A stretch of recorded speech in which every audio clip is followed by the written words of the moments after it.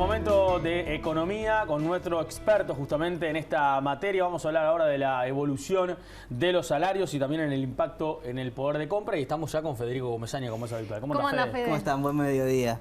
Vamos a analizar la evolución reciente del poder de compra de los trabajadores. Esto es, la capacidad que tienen los salarios en particular para acceder a bienes y servicios en la economía uruguaya.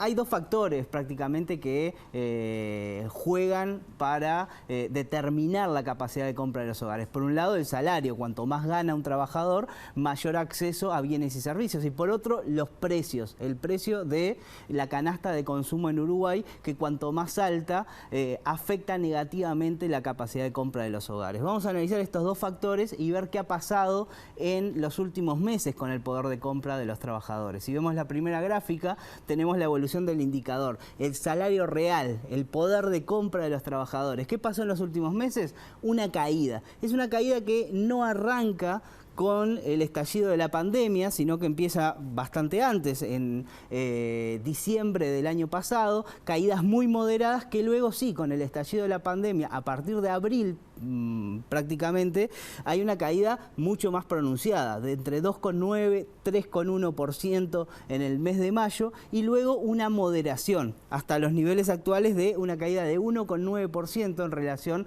en agosto, en relación a igual mes del año pasado. Es una caída que afecta sin lugar a dudas el acceso a bienes y servicios, 2% menos que el año pasado. Sin embargo, en hogares de menores ingresos la caída es mayor porque la canasta de consumo de alimentos aumenta de precios a un ritmo mayor que el resto de los bienes y servicios, los que tienen quizás menos frecuencia en el acceso o bienes de carácter más suntuario que suben a una tasa mucho menor. Con lo cual, estamos hablando de un indicador medio, pero en algunos casos la caída es aún más pronunciada dependiendo de en qué se concentra el consumo de los hogares. Si vemos el segundo indicador, lo que vemos es la evolución de los salarios nominales, es decir, los salarios en pesos. ¿Cuánto gana la gente? Perdón, lo que estamos viendo acá es la inflación, que era el segundo componente que yo les comentaba, los precios al consumo. ¿Qué pasó con los precios?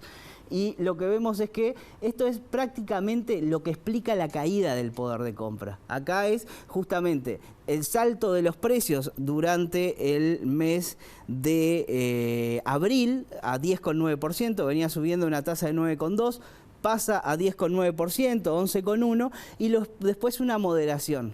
¿Se acuerdan la gráfica de poder de compra? Teníamos un salto, una caída estrepitosa, quizás la más fuerte desde la crisis de 2002, del poder de compra de un 3%. Bueno, eso es en el mes donde aumenta significativamente la inflación a 10,9%, allá por abril-mayo. Luego se modera la inflación y eso es lo que hace que se recorte parcialmente esa caída del poder de compra. En la última gráfica lo que vemos sí es el salario en pesos de los uruguayos y ven que hay una moderación, pero respecto a un pico que se da ya en julio-agosto del año pasado, que salta de 8,9 a 10,3%, eso tiene que ver con desfasajes en los ajustes salariales.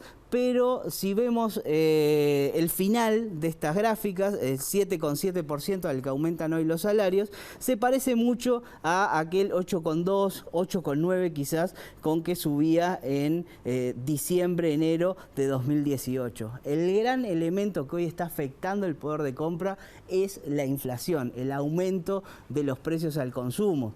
De todas maneras, este ajuste de 7% que tenemos hoy se espera que se modere significativamente debido a que las pautas salariales que acordó el gobierno con sindicatos y empleadores son bastante más acotadas. Recuperan inflación pasada, pero no realizan un ajuste pensando en el próximo año y atendiendo a la situación laboral. Es decir, si aumenta el salario significativamente, eso le pone un obstáculo a la recuperación de puestos de trabajo que ha caído no solo en los últimos años, sino en particular y de forma pronunciada debido a la situación de pandemia. Bien, Fede, entonces, para pasar en limpio, en este escenario que estás planteando, va a ser clave ver qué tan rápido puede el gobierno cumplir con su propia meta de moderar la inflación.